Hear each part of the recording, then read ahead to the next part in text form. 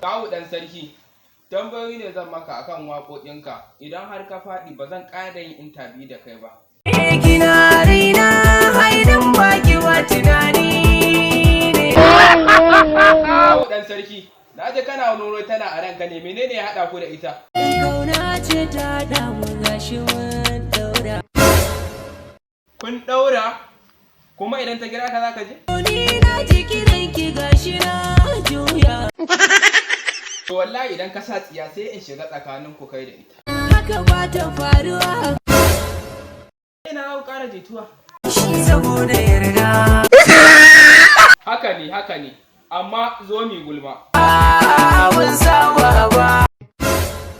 Ya za ka ce baka saba ba? Na yi ban daina ba. Amma ai ka saba soyayya. Bara da tunatin silar fari na.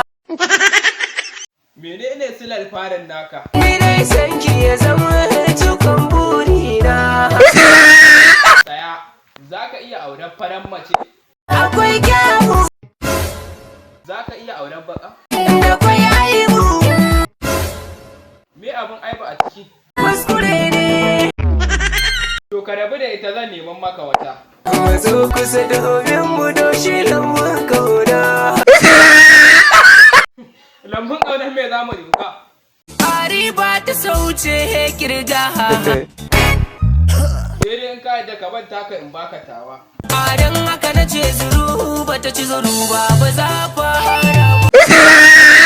To kawu ɗan sarki, ya isa ka, na gode sosai sai wata rana kuma sai an jima. Na taba mana subscribe sannan ku danna ƙararrawa. Haka zalika ku san bada mana like, ku saburbudo mana sharhi sannan ku yada wannan ɗauka.